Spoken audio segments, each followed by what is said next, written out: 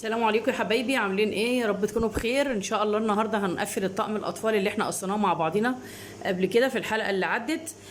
وهسيب لكم لينك القص تحت الفيديو باذن الله، واللي ما اشتركش في القناه يشترك وينورنا عشان هيتعلم وهيستفيد وهيفيد الكل ويعمل احلى لايك عشان كله يستفاد.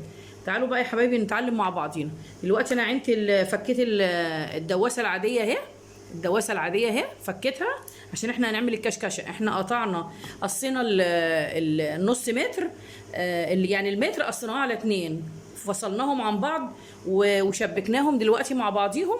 ودلوقتي هنعمل الكشكشه عشان نحطها على ايه؟ على طقم السرير. دي حبايبي اللي ما يعرفهاش، دي دواسه الكشكشه. دي دواسه الكشكشه بتتباع، ما اعرفش، كنت انا جايباها ب 10 جنيه، دلوقتي ممكن تكون غليت شويه بقت ب 20 جنيه.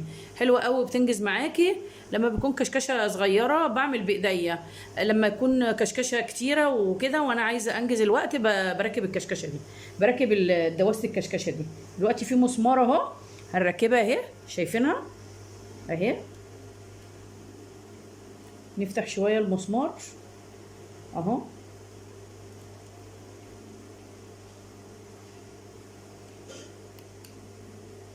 اهي، وبالمفك كده ونقفل ايه؟ ونقفل عليها.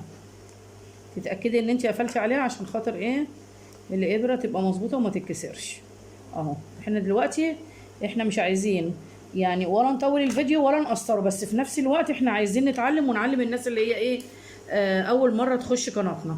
هنحط بقى هنسيب زي عقله كده، نص عقله كده، ونحط اهو. انا دلوقتي هنسيب اول 10 سم كده من غير كشكشه، لان دي اللي بتبقى تحت المرتبه. بعد كده هحط ايدي ورا الدواسه كده عشان الكشكشه دي تديني. شايفين الكشكشه عامله ازاي؟ بصوا اهي، وتظبطي قماشك وتمشي كده اهو. بصوا شايفين الكشكشه؟ انا طبعا قطعاها دي متر وفصلاه، دي نص متر ودي نص متر، وشبكتهم في بعض عشان تديني كشكشه حلوه. عشان الزبونه، انا قلت لكم في الحلقه بتاعه القص ان هي طالبه الكشكشه تبقى حلوه. بصوا بقى لما يجي تركب، بصوا الكشكشه عامله ازاي؟ شايفين؟ عامله زي الفستان بالظبط، شايفين اهي؟ ايه رايكم؟ اهي بصوا. هكمل كده لغايه الاخر وهنيجي مع بعضينا واحنا ايه، بنشبكها مع ملايه السرير. ورجعنا يا حبايبي بعد ما كشكشنا الكورنيش بتاعنا، كشكشناه وخلصناه. هنحط وش الكورنيش، يعني الوش بتاع الكورنيش على وش الملايه. وش الملايه اهي لينا، وهنحط عليها ايه؟ الظهر بتاع الكورنيش لينا، الوش على الوش. وهنمسك كده من الاول خالص اهو، وهنظبط الكورنيش بتاعنا ونمشي على خط الخياطه. نشغل مكانتنا اهو. وتخلي بالكم بقى في موضوع الاطفال، ان بيبقى الرسمه دي ليها شمال ويمين. يعني مثلا لما تيجي تحطي الكورنيش بتاعك، الرسمه دي تبقى اللي قدامها موازيه نفس الرسمه دي في السرير، يبقى عشان الرسمه ما تجيلكيش واحده معدوله وواحده مقلوبه. خلي بالكم، انا بقول لكم على الحاجات دي عشان ممكن واحده تقع في الغلط ده. يعني انا مثلا عامله الكورنيش الرسمه دي، مظبطه الكورنيش الناحيه التانية برضو على ايه؟ على الناحيه التانية، على العكس الناحيه التانية، عشان السريرين يجوا قصاد بعض، الرسمتين يجوا كده، تيجي كده وتيجي كده، يبقوا قصاد بعض، والكرانيش نازله من هنا ونازله من هنا. فهمتوا؟ اهو. الحاجات دي طبعا والتفاصيل دي مش اي حد بيقول لكم عليها، انا بقول لكم بما يرضي الله، اي حاجه انا عارفاها وان شاء الله تستفيدوا من الفيديو بتاعي باذن الله. اهو هنمسك كده الكورنيش بتاعنا وندوس على خط الخياطه بتاعنا دوت اهو. بسم الله الرحمن الرحيم اهو. بسم الله. ورجعنا يا حبايبي، معلش عشان الابره اتكسرت قلت غيرتها بقى. بصوا هنمشي على خط الخياطه بتاع الكورنيش عشان ايه؟ الخياطه لما تيجي تقلبي الكورنيش ما يبانش الخياطه من تحت. بسم الله الرحمن الرحيم. هنمشي كده اهو. بصوا انا ماشيه على خط الخياطه ازاي اهو، وتساوي وانتي ماشيه اهو، تساوي الكورنيش وتبصي على القماشه اللي تحت عشان برب اي حاجه تكون جايه تحت القماشه. هتضطري ان انت تقعدي تفكي بقى وكده وشغلانه بقى. بسم الله الرحمن الرحيم. بصوا اهو، شايفين؟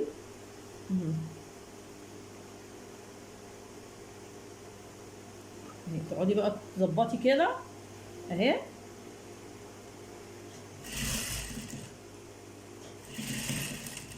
بصوا اي طقم سرير فيه تظبيط. بصوا بقى القماشه بعد لما نقلبها، بصوا مفيش اي حاجه باينه ازاي، شايفين؟ عشان انا ماشيه على خط الخياطه. بصوا الخياطه زي الفل ازاي، بصوا ما فيهاش اي حاجه، والنظافه بقى والحلاوه اهو. بصوا هكمل الكورنيش لغايه الاخر كده. ملايتنا خلصت. هاتني الجناب الاربع جناب، وبعد كده نحط الفل مع بعضينا. خلصنا يا حبايبي الكشكشه كلها اهي بتاعت الملايه. طبعا هعمل اوفر، لازم اعمل اوفر قبل ما نحط الايه الفل بتاعنا، لازم عشان القماش عشان ما ينسلش. هعمله وهرجع لكم. ورجعنا يا حبايبي بعد ما عملنا الاوفر. انا لسه ما حطيتش الفل بتاعنا. هنحط الفل بتاعنا اهو. بسم الله الرحمن الرحيم. نظبطه كده على ايه، على حرف الكورنيش، وتظبطي الكورنيش بتاعك وتشدي القماش، ما تشديش الفل. بسم الله الله اكبر اهي. وتعيدي على الفلايه الاولانيه دي وتمشي بقى كده. بصوا اهي، شايفين بقى الطقم نطق ازاي. هتفردي بقى الطقم بتاعك كده وتحطي الفل اهو، شايفين؟ بسم الله الله اكبر. الطقم لسه يعني يعتبر خلص خلاص. بسم الله ما شاء الله الله اكبر اهو. نخلصوا بقى يا حبايبي كده لغايه الاخر. وتعالوا بقى ايه نعمل بقى التكه الاخرانيه اللي احنا هنحط في ديل الملايه. هنحط حته مشجره خفيفه صغننه كده تطعم الطقم وتخليه شكله حلو. هكمل الطقم لغايه الاخر كده الفل بتاعنا وارجع لكم تاني. الطقم بتاعنا خلص يا حبايبي. حطينا اهو جبير وقفلنا من الاربع جناب، تنيناهم وظبطنا وحطينا الجبير من تحت في الاخر. دلوقتي يا حبايبي انتوا مشتاقين تشوفوا الطقم. هوريكم الطقم بقى لما اخلص حلقه الخداديه، وهفرشه وهوريه لكم كله في حلقه الخداديه ان شاء الله. لو عجبكم يا حبايبي الفيديو ما تنسوناش في الشير وفي اللايك وفي السبسكرايب. سلام عليكم.